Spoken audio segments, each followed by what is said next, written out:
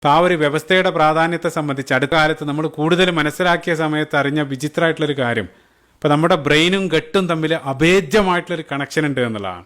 ഒരു കുഞ്ഞൊരു ഗർഭപാത്രത്തിൽ രൂപം കൊള്ളുന്ന സമയത്ത് ആ ബ്രെയിന് ഡെവലപ്പാകുന്ന അതേ കോശങ്ങളിൽ നിന്ന് തന്നെയാണ് അവൻ്റെ ഗട്ടും രൂപമെടുക്കുന്നത്. അതായത് ഇപ്പോൾ നമുക്കറിയാം ബ്രെയിനിൽ പ്രധാനമായിട്ട് ന്യൂറോണുകളാണ്. അത് എത്ര അത്ഭുതം എന്താണെന്ന് വെച്ചാൽ ബ്രെയിനിൽ ഏകദേശം 100 ബില്യൺ ന്യൂറോണുകൾ ഉണ്ടെങ്കിൽ സമാനമായിട്ട് ഗട്ടിൽ 100 മില്യൺ ന്യൂറോണുകൾ കണ്ടെത്താൻ സാധിച്ചു എന്നുള്ളതാണ്. അതുകൊണ്ടാണ് ഇപ്പോൾ ഗട്ടിനെ സെക്കൻഡ് ബ്രെയിൻ എന്നെല്ലാം വിശേഷിപ്പിക്കാറുണ്ട്.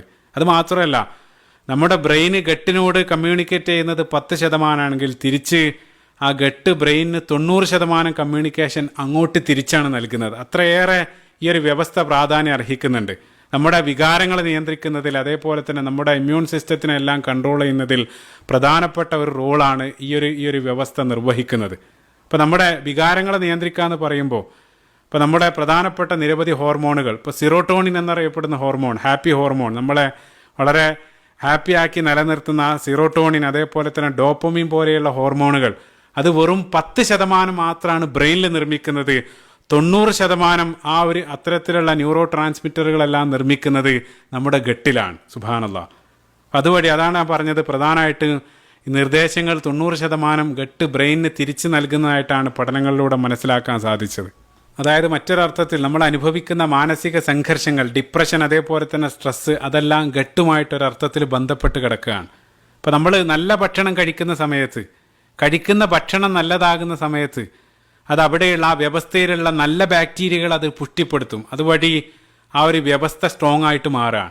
ചീത്ത ഭക്ഷണം കഴിക്കുന്ന സമയത്ത് ആ വ്യവസ്ഥ വീക്കാവാണ്. അതുവഴി നമ്മുടെ മാനസികാരോഗ്യത്തെ മൊത്തത്തിൽ അത് ബാധിക്കുകയാണ്. അവിടെയും ചേർത്ത് വായിക്കേണ്ട ഒരു മനോഹരമായിട്ടുള്ള അല്ലാഹു സുബ്ഹാനഹു വ തആല പരിശുദ്ധ ഖുർആനിൽ 4 സ്ഥലങ്ങളിൽ ഭക്ഷണത്തെ സംബന്ധിച്ച് പറഞ്ഞ സമയത്ത് കുലു ഹലാലൻ ത്വയ്യിബ, നിങ്ങൾ ഹലാലും ത്വയ്യിബായിട്ടുള്ളത് നിങ്ങൾ ഭക്ഷിക്കുക. അത് പ്രത്യേകമായിട്ട് എടുത്ത് പറയുന്നുണ്ട് ത്വയ്യിബ്. ഇപ്പോൾ നമ്മൾ ഒരുപാട് ഹലാല് കഴിക്കുന്നുണ്ട്, പക്ഷേ ഇന്ന് ത്വയ്യിബ്, നമ്മളൊരു ഫാസ്റ്റ് ഫുഡ് സംസ്കാരത്തിൽ പലതും ഹലാലാണ്, പക്ഷേ ത്വയ്യിബ്, അതായത് വിശുദ്ധമായത് വളരെ കുറഞ്ഞു വരികയാണ്. അത് എത്രത്തോളം നമ്മൾ അത്തരം മോശമായിട്ടുള്ള ഭക്ഷണം കഴിക്കുന്നു, അത് നമ്മളെ എത്രത്തോളം പ്രതികൂലമായിട്ട് ബാധിക്കുന്നുണ്ട് എന്നുള്ളതാണ്. അപ്പോൾ നമ്മൾ ഒരു പഴഞ്ചൊല്ലായിട്ട് പറയാറുണ്ട്, you are what you eat, നീ എന്താണോ ഭക്ഷിക്കുന്നത് അതാണ് നീ. അത് യഥാർത്ഥത്തിൽ അത് വലിയൊരു തലത്തിൽ അത് നമ്മുടെ ശരീരത്തെ ബാധിക്കുന്നുണ്ട് എന്നുള്ളതാണ്. റസൂലുള്ളാഹി സ്വല്ലല്ലാഹു അലൈഹി വസല്ലം ഹദീസിലും പറയുന്നുണ്ട്, ആദമിൻ്റെ മക്കൾ അവർ നിറക്കുന്ന ഏറ്റവും മോശം പാത്രം അവൻ്റെ ആമാശയാണ്. റസൂലുള്ളാഹി ഹദീസിൽ പറയുന്നുണ്ട്. അത് നമ്മുടെ മാനസിക ആരോഗ്യത്തെ പോലും ബാധിക്കുന്നുണ്ടെന്നുള്ളതാണ് പഠനങ്ങൾ കാണിക്കുന്നത്. ഭക്ഷണം മാത്രമല്ല, അതേപോലെ തന്നെ നേരായിട്ടുള്ള രൂപത്തിലുള്ള ഉറക്കം, അതേപോലെ തന്നെ ശാരീരിക വ്യായാമം, അതെല്ലാം വേണ്ട രൂപത്തിൽ ചെയ്യുന്ന സമയത്ത് ആ ഒരു വ്യവസ്ഥ സ്ട്രോങ് ആവും. ആ വ്യവസ്ഥ സ്ട്രോങ് ആകുന്ന സമയത്ത് അയാൾ എല്ലാ അർത്ഥത്തിലും മാനസികവും ശാരീരികവുമായിട്ടുള്ള ആരോഗ്യം അതുവഴി അയാൾക്ക് ലഭിക്കുന്നു എന്നുള്ളതാണ്.